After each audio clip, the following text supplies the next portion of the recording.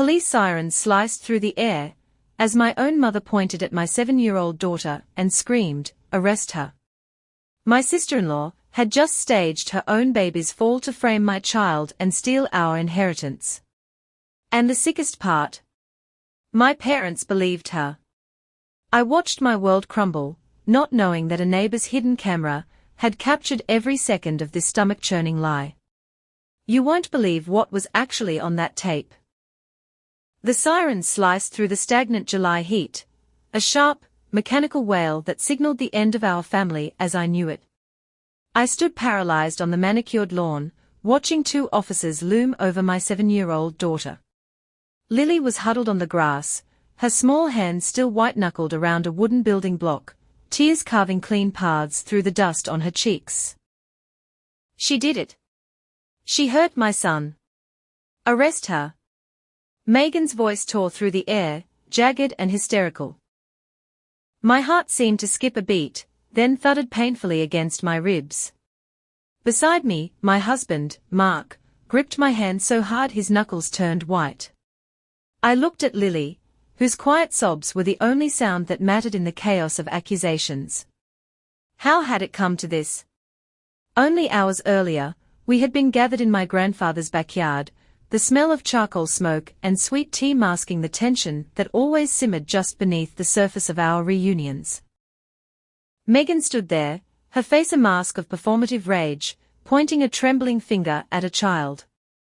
The officers' expressions remained guarded, their questions clipped and professional. I stepped forward, my legs feeling like lead. "She would never do that," I said, my voice thin but unwavering. "Lily doesn't have a mean bone in her body." But the air was already thick with the poison of doubt. My own parents stood behind Megan, their faces set in grim masks of disapproval. "Lily has always been difficult," my mother murmured, loud enough for the officers to hear. "She doesn't know how to share the spotlight." My father merely nodded, crossing his arms. Their betrayal felt like a physical blow, a final confirmation of the hierarchy that had always governed our lives. My brother was the golden child, Megan was his handpicked queen, and their infant son was the new crown prince. We were merely the supporting cast, tolerated only as long as we remained invisible. Grandpa stood apart from the group, leaning heavily on his mahogany cane. He remained silent, his weathered face unreadable, as he watched the scene unfold. The day had started with the deceptive ease of a typical summer Sunday. Grandpa had called us all to his home, a sprawling property on the edge of the hills that every member of the family eyed with quiet greed, to discuss the future of his estate. It was the kind of gathering where every smile was a calculation. I had spent most of the afternoon by the old oak tree, watching Lily build lopsided towers out of her blocks. She was a solitary child, sensitive and quiet, a stark contrast to Megan, who spent the party holding her 5-month-old son like a trophy, basking in my parents' relentless praise. "Still doing the books for that little firm, Sarah?" Megan had asked me earlier, her voice dripping with a condescension she didn't bother to hide. It must be such a struggle to make ends meet these days. I had forced a polite smile, though my cheeks burned. She knew Mark and I were working ourselves to the bone, him at the construction sites and me at the office, just to save enough for a modest down payment on a place of our own. Every word she spoke was a reminder of our place at the bottom of the family pecking order. The tension finally broke when Megan's scream shattered the afternoon lull. She had come sprinting from the patio, clutching the baby to her chest. "Lily did it. She tipped the rocker. She tried to hurt him." The accusation was as sudden as a gunshot. Lily had looked up, terrified, her face pale as she shook her head in a silent plea for someone to believe her. I had reached her first, pulling her into my arms. "Sweetie, tell me what happened," I whispered, trying to keep the tremor out of my voice. "I didn't, Mommy," she sobbed into my shoulder. "I didn't touch the baby. I was just playing." But the narrative had already been written. My parents were quick to provide the motive, jealousy. Megan provided the evidence, a tipped-over bassinet, and a crying child. By the time the police arrived, the truth felt like a ghost, haunting the edges of a story I no longer recognized.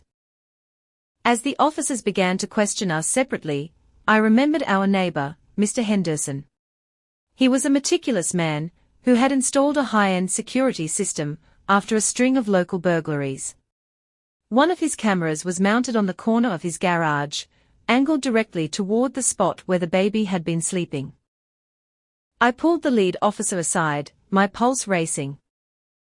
"My neighbor has cameras," I said, pointing toward the fence. "They cover this entire side of the yard. If you want the truth, it's on those tapes." A flicker of something, fear, perhaps, crossed Megan's face, but she quickly masked it with a sneer. "Good," she snapped. "Then everyone can see what a monster your daughter is." We walked over to the Henderson house in a grim procession. Mr. Henderson, sensing the gravity of the moment, led us into his study and pulled up the feed from that afternoon. We crowded around the monitor, the room falling into a heavy, expectant silence. The footage was crystal clear. On the screen, the backyard appeared in the golden hues of the late afternoon. There was Lily, sitting under the tree, 20 feet away from the patio. Then, Megan appeared. She looked around furtively, her movements calculated. She took a heavy diaper bag and a stack of books and balanced them precariously on the edge of the rocker. The weight was too much, the bassinet groaned and tilted, spilling the baby onto the soft grass. Lily had been the first to react. She had dropped her blocks and sprinted toward her cousin, her small hands reaching out to try and catch the falling rocker. She hadn't caused the accident, she had tried to prevent it. The silence in the study was deafening. I felt a surge of cold, white-hot fury. Megan had staged the entire thing. She had risked her own son's safety just to frame a 7-year-old girl, all to ensure we were cut out of the inheritance. The officer turned to Megan, his expression hard. You have some explaining to do." Megan's face went ash-gray. She opened her mouth to speak, but no sound came out. My parents stood frozen, the realization of their own cruelty finally sinking in. They had turned on their granddaughter for a lie, and the evidence of their betrayal was looping on a 20-inch screen. Grandpa was the first to speak.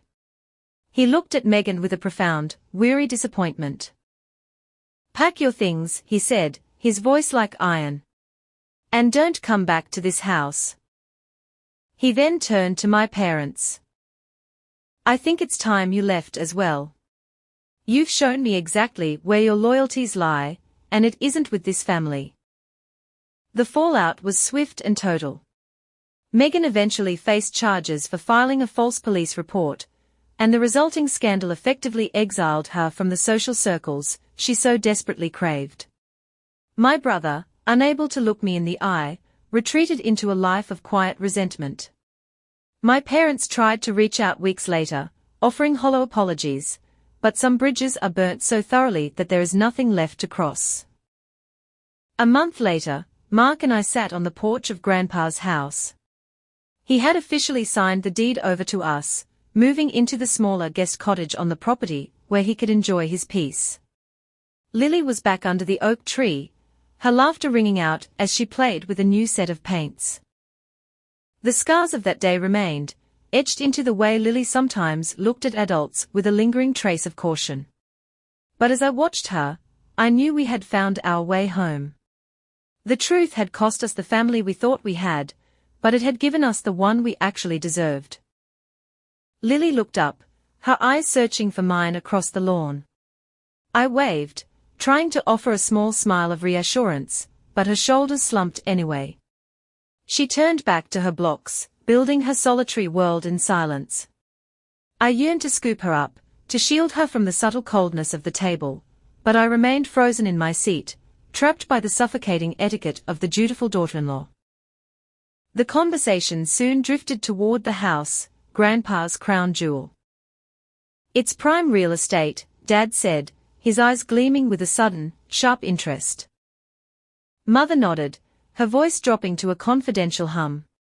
Your brother deserves it, really, after everything he's done to help your father these last few years. I bit my tongue so hard I tasted copper. The words "what about us?" died in my throat, unsaid. Megan chimed in then, her tone airy but designed to draw blood. Some people just aren't cut out for that kind of responsibility.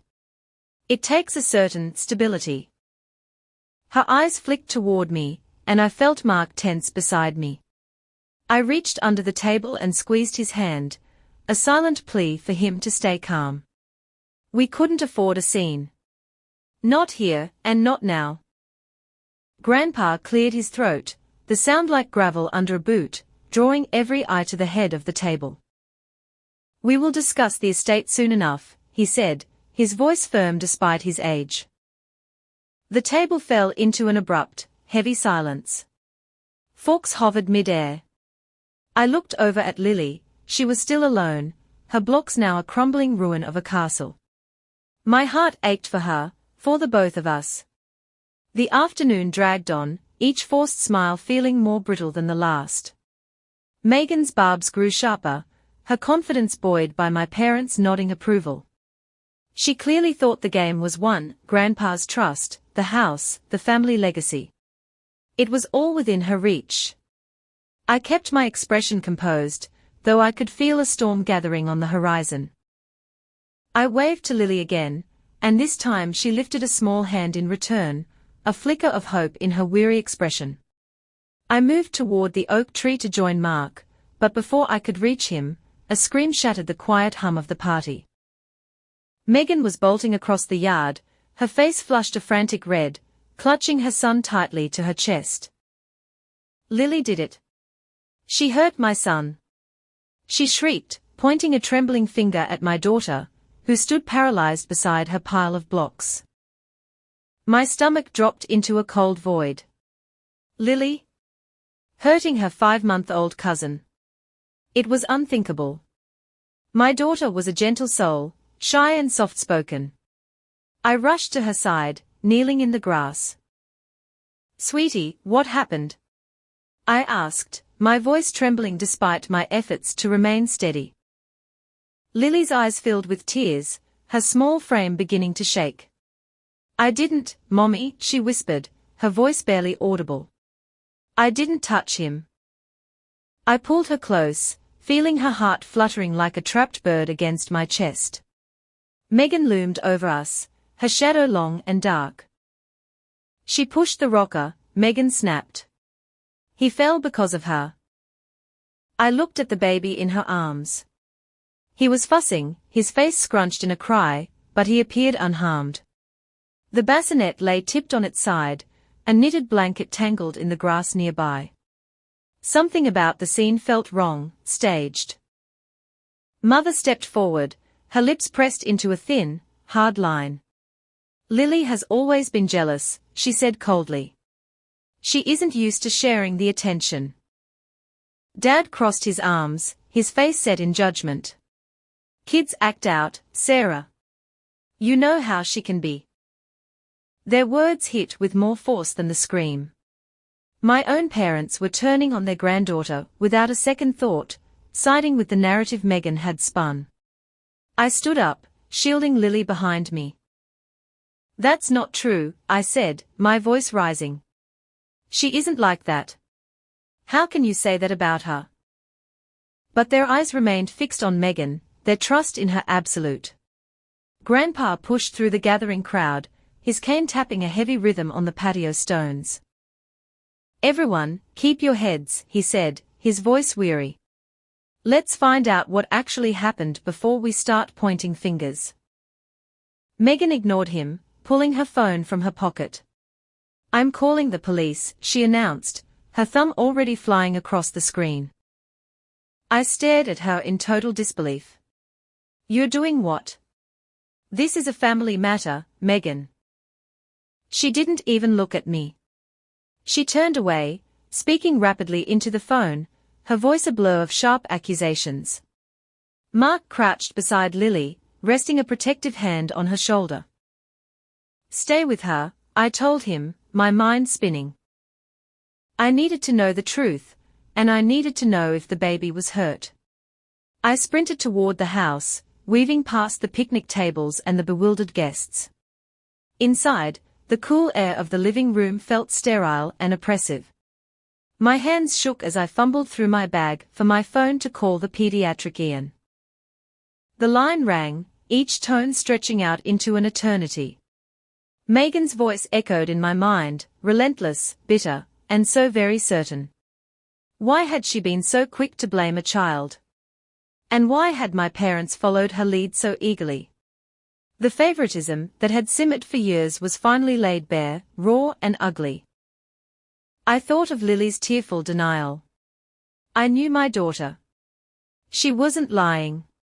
But the doubt in the eyes of everyone outside gnawed at me.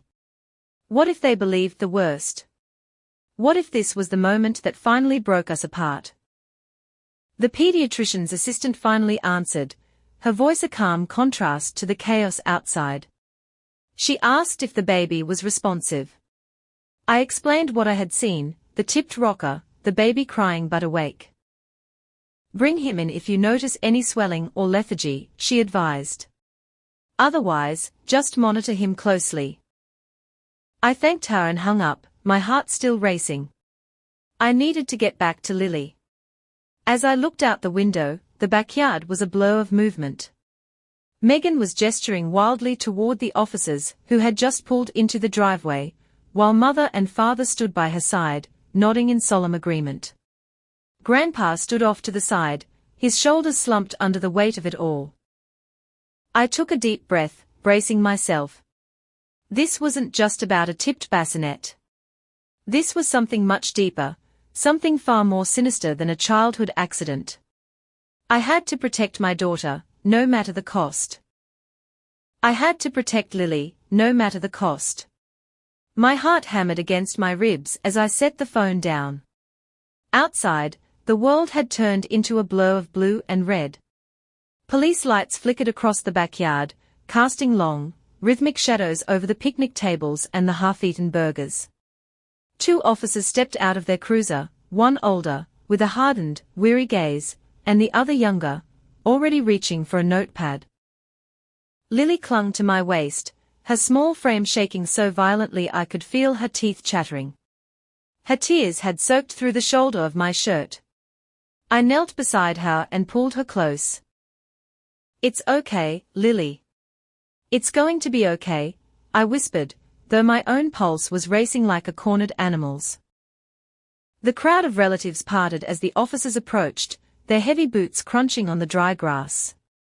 Megan stood rigid, her son cradled with exaggerated protectiveness, her face twisted in a mask of outrage. She pushed the rocker. Megan shouted, her finger trembling as she pointed at Lily. She was jealous and she tipped it over. She tried to hurt my boy. Her voice was sharp, deliberate, every syllable designed to inflict maximum damage. The older officer raised a hand, a silent command for quiet, then turned his attention to my daughter. "Sweetheart, can you tell us what happened?" he asked. His tone was gentle, but his eyes were probing, searching for a crack in her story. Lily shrank further behind me, her sobs muffled against my back. "I didn't do anything," she whispered, her voice barely a thread of sound. I squeezed her hand, my chest tightening with a mixture of fear and absolute disbelief. My mother stepped forward then, her arms crossed tightly over her chest.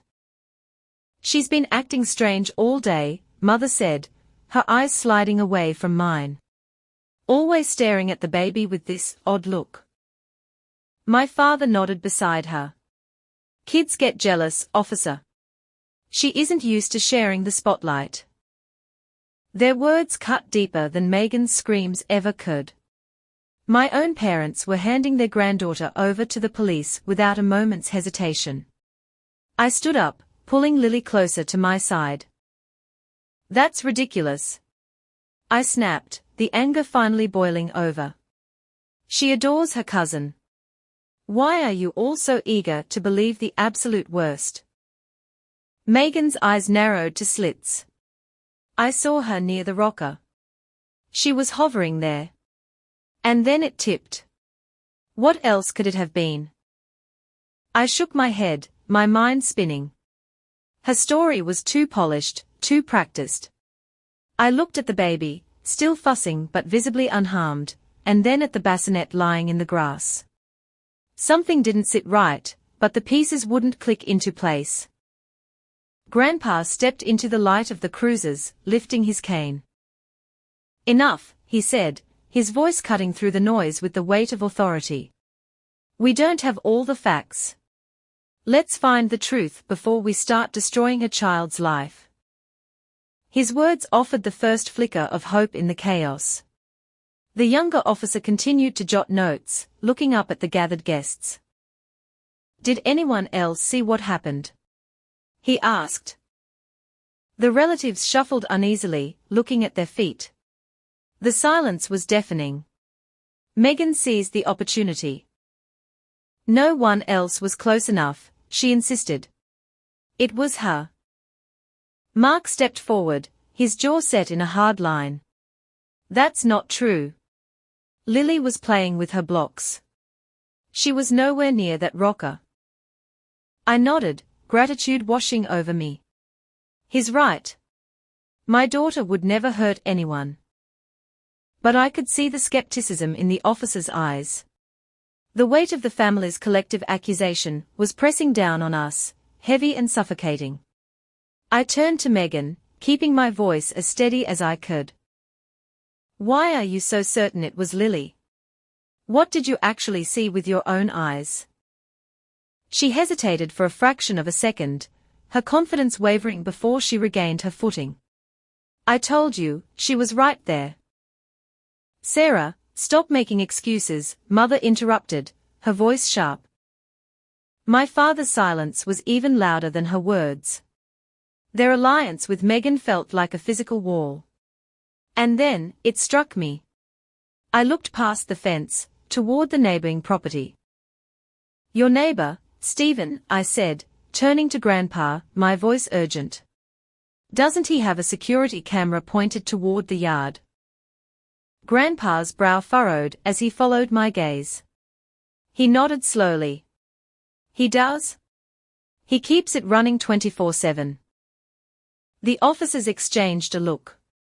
We'll need to verify that, the older one said. Megan's expression flickered. For the first time that afternoon, her confidence seemed to slip, a shadow of genuine fear crossing her face. My parents shifted uncomfortably, their certainty beginning to fray at the edges. I held Lily's hand, feeling the warmth of her palm against mine.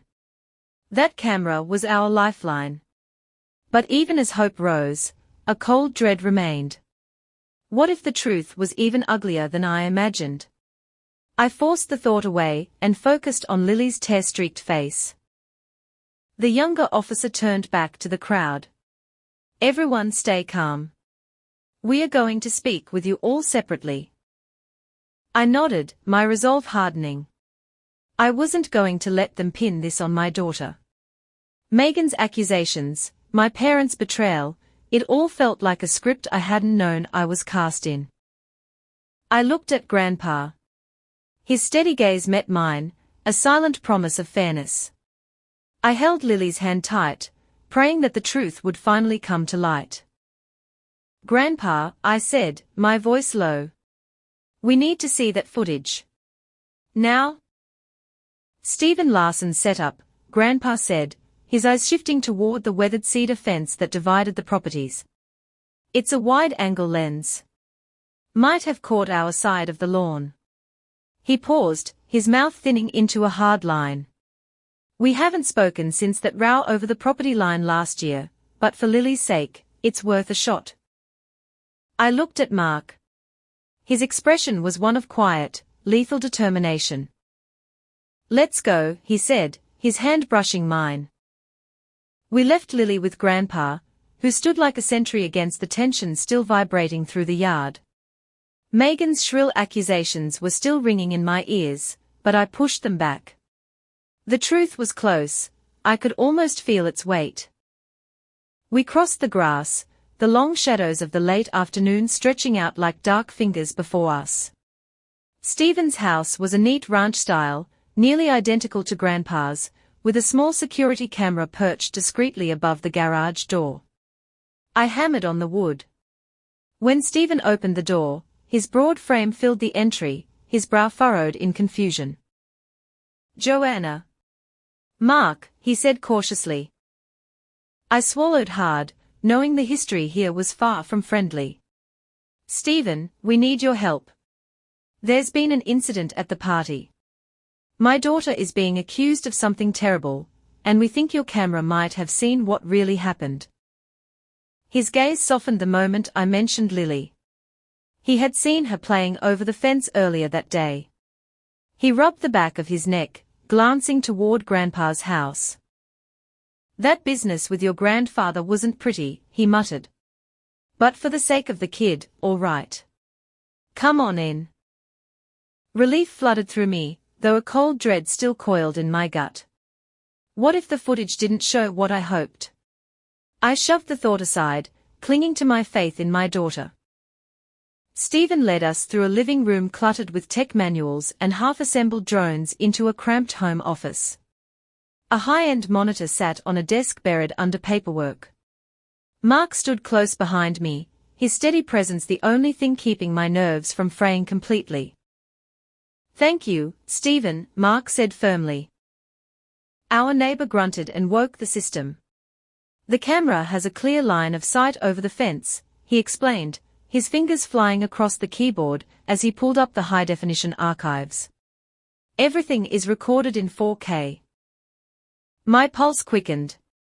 This was it, our only chance to clear her name. I pictured Lily's small hands stacking those blocks, her trembling voice insisting she was innocent. The way Megan had pounced, the way my parents had folded, it felt too perfect, too convenient. Stephen found the file with the current timestamp. This should be it. I leaned forward, my breath hitching in my chest. The screen flickered to life, showing Grandpa's backyard in sharp detail, the picnic tables, the oak tree, and the corner of the patio where the baby's rocker had been placed. The angle was perfect. I gripped Mark's arm so hard my fingers ached. "Play it," I whispered. The video rolled in silence. I scanned every frame, my mind racing through every terrifying what if. What if Lily had wandered over? What if she'd been clumsy? I held on to what I knew, my daughter was not a liar. Stephen suddenly paused the video and pointed. "There's the rocker." He zoomed in. My heart thudded in my ears, the seconds stretching into an eternity. "The police need to see this," Mark said, his voice low and dangerous. I nodded, my eyes locked on the screen. Stephen reached for his phone and dialed the officers still standing in the yard next door. "They'll want a copy of this," he said matter-of-factly. Despite the old feud, he was stepping up when it mattered. A few minutes later, the older officer arrived, his boots heavy on Stephen's floor. "You found something?" he asked, stepping into the small office. Stephen gestured to the monitor. "Footage from my security feed. It covers the neighbor's yard." The officer nodded, his face unreadable. I stood motionless, fingers clasped tight. This was the moment. Fear gnawed at me. What if I was wrong? What if Lily had been closer than I realized? Her tear-streaked face flashed in my mind. "I didn't do anything, Mommy." I had to believe her. Mark rested a hand on my shoulder. "It's okay," he murmured. The officer leaned in closer as Stephen hit the play button.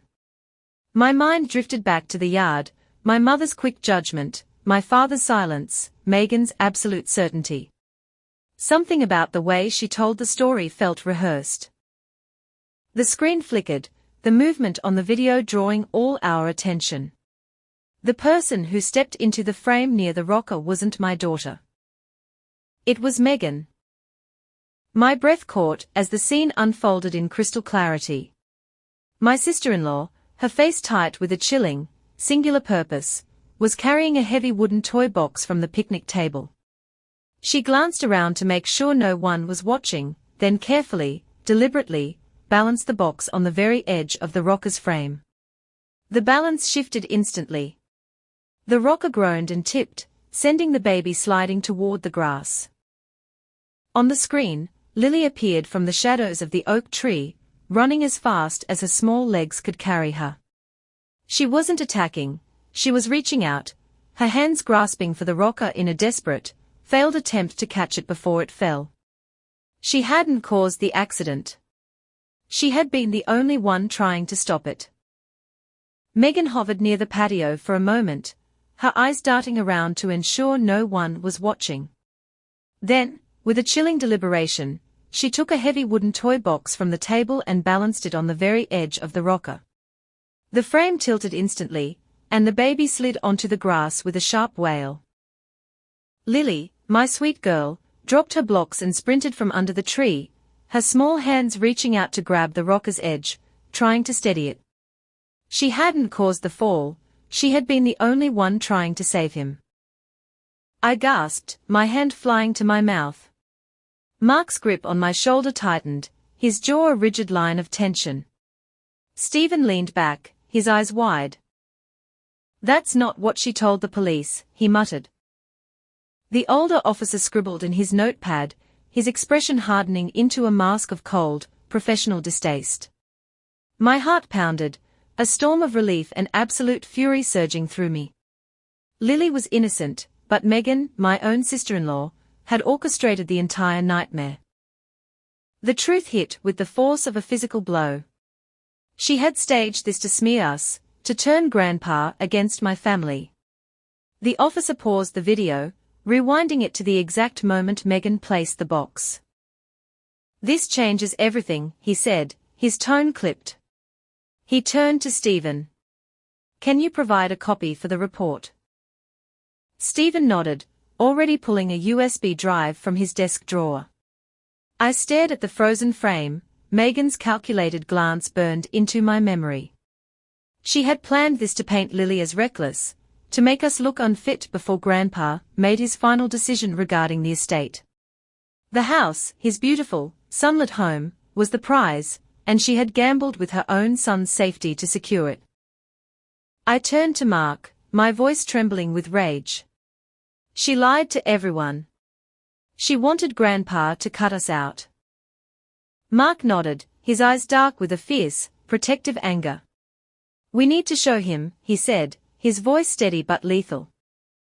I pictured my parents and their immediate, unquestioning support for Megan.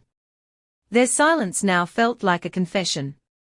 They had been so eager to believe her, so ready to turn on their own. The betrayal cut deeper than I ever imagined. Stephen handed the officer the drive. "It's all there," he said firmly. The officer nodded, signaling to his partner outside. "We'll take it from here. The girl is not at fault." Relief washed over me, though the anger still burned hot. Lily, only 7 years old, had been dragged through this hell for nothing. I thought of her tearful face and her trembling voice, insisting she hadn't done it. She had told the truth, and only Mark and Grandpa had stood by her. We stepped out of Stephen's house, the evening air feeling cool and sharp against my skin. The officer led the way back to the yard, the drive tucked into his pocket. Megan was standing near the picnic tables, her arms crossed, her expression smug, until she saw us. Her eyes flicked to the officer, then to me, and the color drained from her face. My parents stood nearby, their earlier confidence beginning to fray. Grandpa leaned heavily on his cane, his gaze weighted with disappointment. The officer held up the drive. "We have the footage," he announced, his voice carrying across the lawn. "It shows exactly what happened." Megan froze, her lips parting, but no words came out. The gathered relatives began to murmur, their eyes darting between her and the police. I stepped forward, my voice steady despite the roar in my ears. You put that box on the rocker, Megan. You let your son fall just to frame my daughter. Her face went ash pale, her hands beginning to shake, but she didn't deny it. My mother shifted uneasily. That can't be right, she murmured, though her voice lacked any real conviction. My father looked away, his shoulders slumping. Their blind loyalty to Megan crumbled, and the weight of their mistake hung heavy in the silence. Grandpa raised a hand, quieting the whispers. I want to see it, he said, his voice low and final.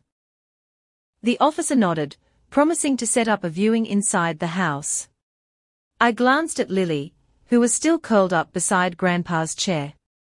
She deserved so much better than this.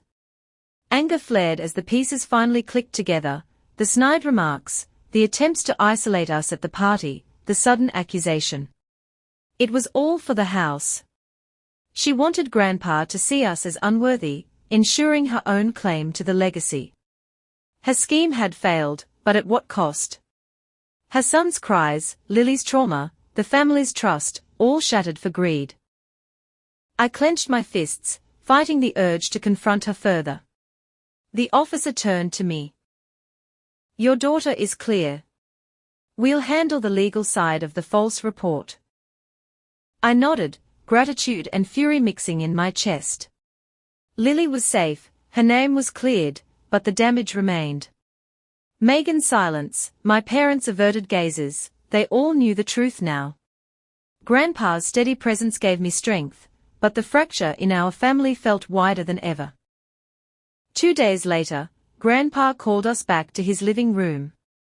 The air was heavy, the kind of stillness that follows a violent storm. I stood beside Mark, Lily clutching my hand, her eyes still shadowed by the ordeal. Grandpa sat in his armchair, his face etched with a mix of sorrow and resolve. Across from us, Megan sat stiffly, her son asleep in her arms. My parents lingered near her, their faces pale, as they avoided my gaze. I've seen the footage, Grandpa began, his voice steady but lined with deep disappointment. What was done to Lily is unforgivable. His eyes fixed on Megan, sharp and unyielding. You put your own child at risk to manipulate me and to destroy Sarah's family. Megan flinched. I'm sorry, she whispered, her voice cracking. I didn't mean for it to go that far. The apology was hollow, a weak attempt to save face. I shook my head, my tone cold. You meant to hurt us. You wanted Grandpa to see us as unfit so you could take this house for yourself. Her eyes dropped, her silence confirming everything. Mark's hand rested on my shoulder, his quiet steadiness keeping me grounded. My mother stepped forward, her voice trembling. We didn't know. We thought she was telling the truth. My father nodded. We were just trying to protect the baby. Their excuses were as painful as Megan's deceit. You chose her side without a second thought, I said. You turned against your own granddaughter. Their faces fell, but I felt no pity. They had made their choice. I've made my decision, Grandpa interrupted. This house, my home, goes to Sarah, Mark, and Lily. My breath caught, as a wave of relief flooded through me. You've shown honesty and love for each other even through this chaos, he continued.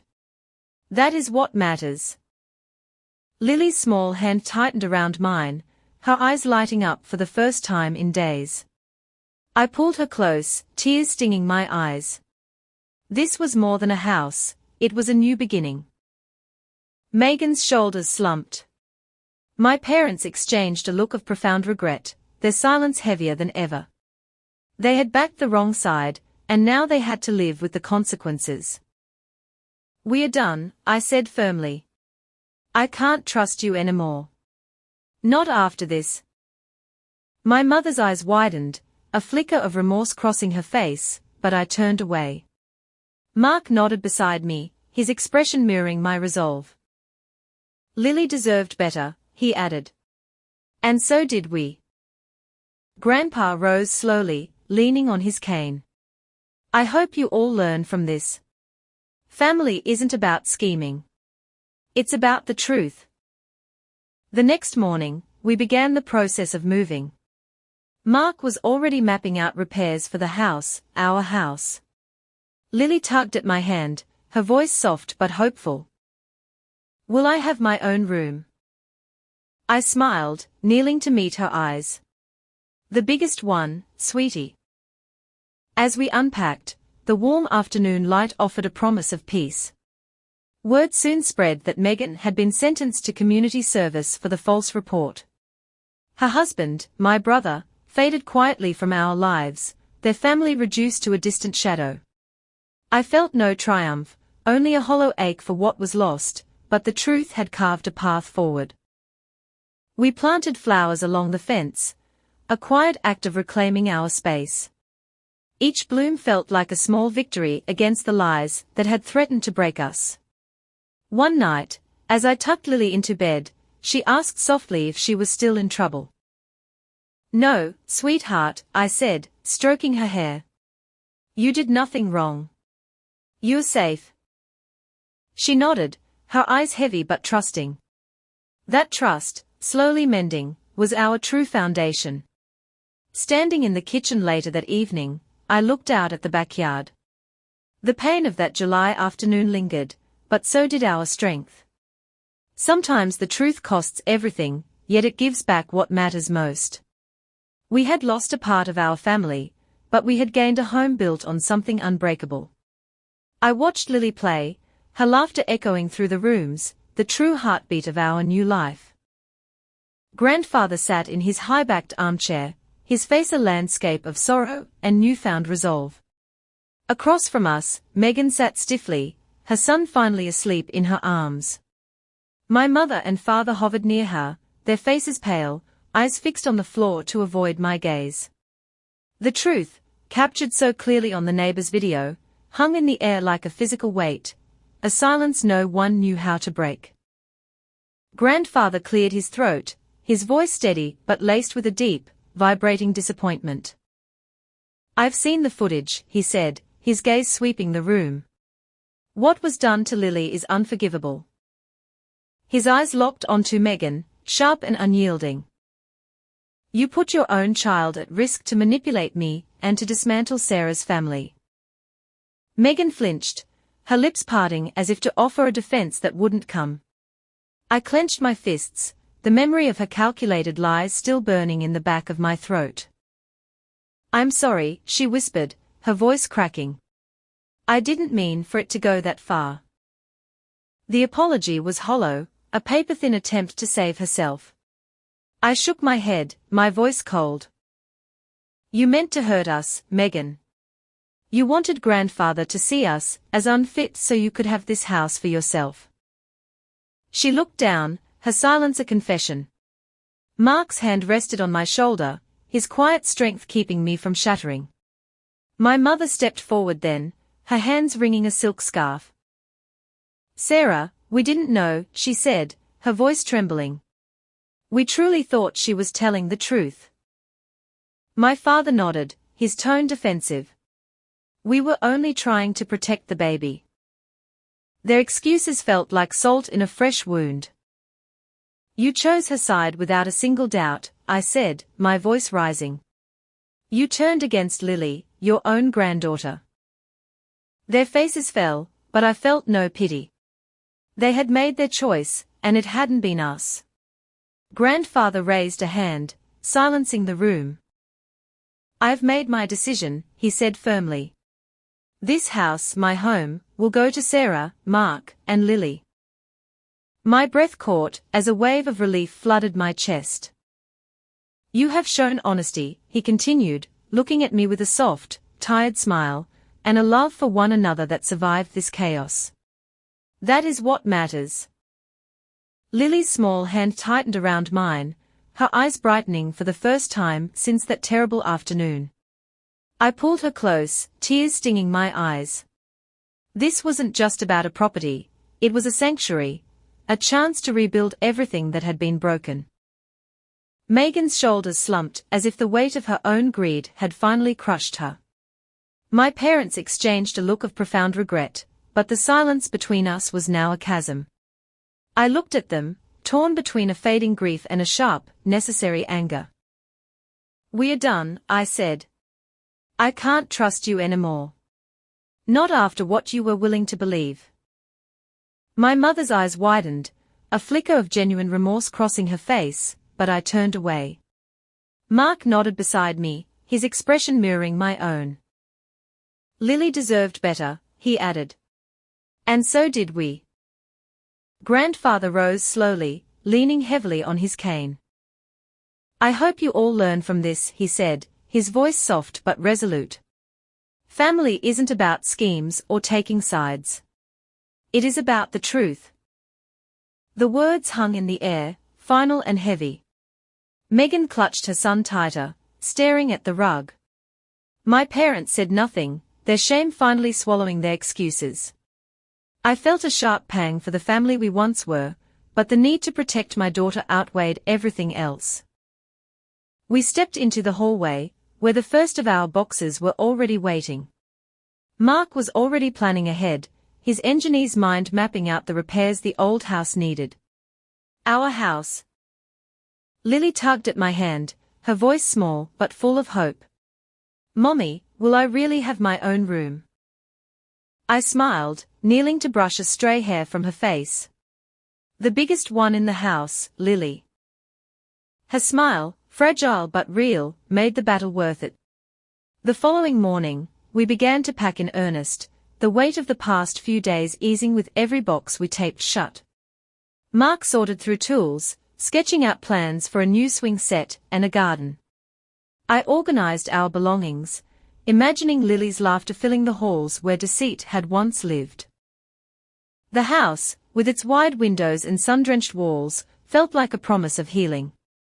I thought of Grandfather's faith in us, how he had valued character over manipulation. It gave me strength, even as the silence from my parents and brother remained. I paused to hold a photo of Lily from the previous summer, her grin wide and bright. She had endured a betrayal no child should know, yet her heart remained intact. I vowed to protect that light.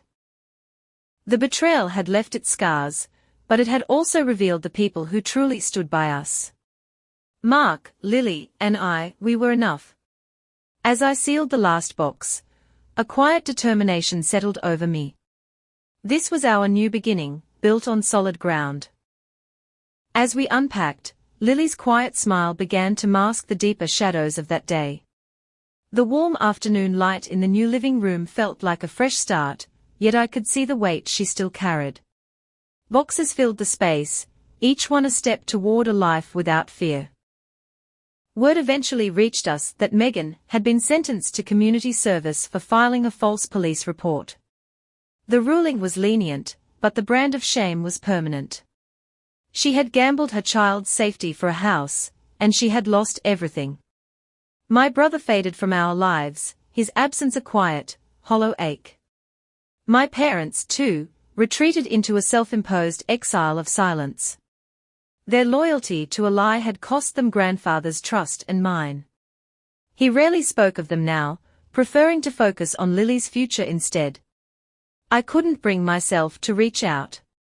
Some wounds are simply too deep to heal. I had learned that family isn't a matter of blood, it's a matter of who stays when the world turns dark. The deceit had fractured us beyond repair, and while I felt no triumph in their downfall, I felt a profound sense of peace in our survival. Their quick judgment and blind loyalty to Megan's lies cost them everything, Grandfather's trust and mine. He rarely mentioned them anymore, his disappointment palpable whenever he steered the conversation toward Lily's future instead. I couldn't bring myself to reach out. Their betrayal, the way they had turned on a child without a moment's hesitation, was a wound too deep for any apology to stitch back together. I had learned the hard way that family isn't defined by blood, but by the choices we make to protect one another. On that front, they had failed utterly. Lily struggled the most. The accusation had left invisible bruises on her spirit, and her once bright, effortless laughter had become hesitant, as if she were waiting for permission to be happy. We found Dr. Eleanor Vance, a kind-eyed therapist with a small, sunlit office in town.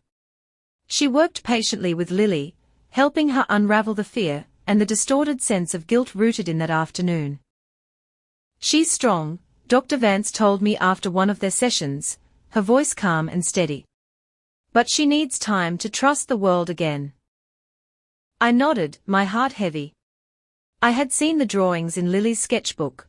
The colors were darker now, the figures smaller and more isolated. I made a silent vow to give her all the time she needed to rebuild her faith in the people around her. Mark threw himself into the restoration of the house. He spent his weekends fixing the creaky floorboards and painting Lily's new room a soft, sky blue she had picked out herself. "This is ours now," he said one evening, brushing sawdust from his jeans, a gentle smile touching his lips. I marveled at his resilience, at his ability to look past the wreckage of the past and focus on the architecture of our future. We hung a sturdy wooden swing from the lowest branch of the old oak tree, the very spot where she had once played with her blocks before the world turned upside down. The first time she laughed on that swing, a clear, unburdened sound that cut through the summer air, it felt like a hard-won victory. I held onto that sound, letting it steady my own nerves. Grandfather visited often, the rhythmic tap of his cane on the porch signaling a temporary reprieve from the world. He would sit with Lily for hours, telling stories of his own childhood, his eyes softening every time she giggled. His decision to give us the house wasn't merely an act of generosity. It was his way of ensuring she had solid ground beneath her feet while everything else shifted. "You are my family," he told me once, his voice firm and absolute. "You always will be." His words carried a weight I hadn't realized I was missing. Trust, once shattered, is a difficult thing to piece back together, but his faith in us remained the glue that held our new life in place. The local gossip eventually died down, though the whispers lingered in the grocery store aisles for a while. I tuned them out. My focus was entirely on Lily, Mark, and the four walls of our home. We planted a row of hydrangeas along the fence, a quiet act of reclaiming our sanctuary. Each new bloom felt like a small defiance against the lies that had once threatened to dismantle us. I sometimes thought of Megan, picturing her in a neon orange vest, clearing brush along the highway as part of her court-ordered penance. Her ambition had been reduced to a few months of public service and a permanent stain on her reputation. I thought of my parents, too, trapped in their self-imposed exile of silence. Their greed and their haste to judge had cost them their legacy and their connection to their only grandchild. One night, as I tucked Lily into bed, she curled her small hand around mine and looked up at me with wide, searching eyes. "Mommy? Am I still in trouble?" she asked softly. My throat tightened, a sharp ache blooming in my chest. "No, sweetheart," I said, stroking her hair. "You did nothing wrong. You are safe, and you are loved. You're home." She nodded, her eyelids heavy with sleep, but her expression finally trusting. That fragile, mending trust became my reason to keep moving forward. Dr. Vance's sessions were vital, but I knew that time and love were the only true medicines. Standing in the kitchen later that evening, I looked out the window at the backyard. The swing swayed gently in the breeze beneath the oak. The pain of that July day still lingered in the quiet moments, but so did our strength. Sometimes the truth costs you everything, yet it manages to give back the only things that truly matter. I had lost my parents and my brother, but I had gained a clarity I never would have found otherwise. Their pride and greed had unraveled them, leaving only the cold comfort of regret. For us, the truth had carved a path forward, painful, yes, but real. The lesson was final: family isn't built on a shared name alone. It's built on the choices we make every day. Their choices had torn us apart, But ours, rooted in a fierce love for our daughter, had held us together. As we settled into the rhythm of the house, I knew we would carry the scars, but we would also carry hope. Lily's laughter began to echo through the rooms again, frequent and full. It was the true heartbeat of the house, and finally, it sounded like home.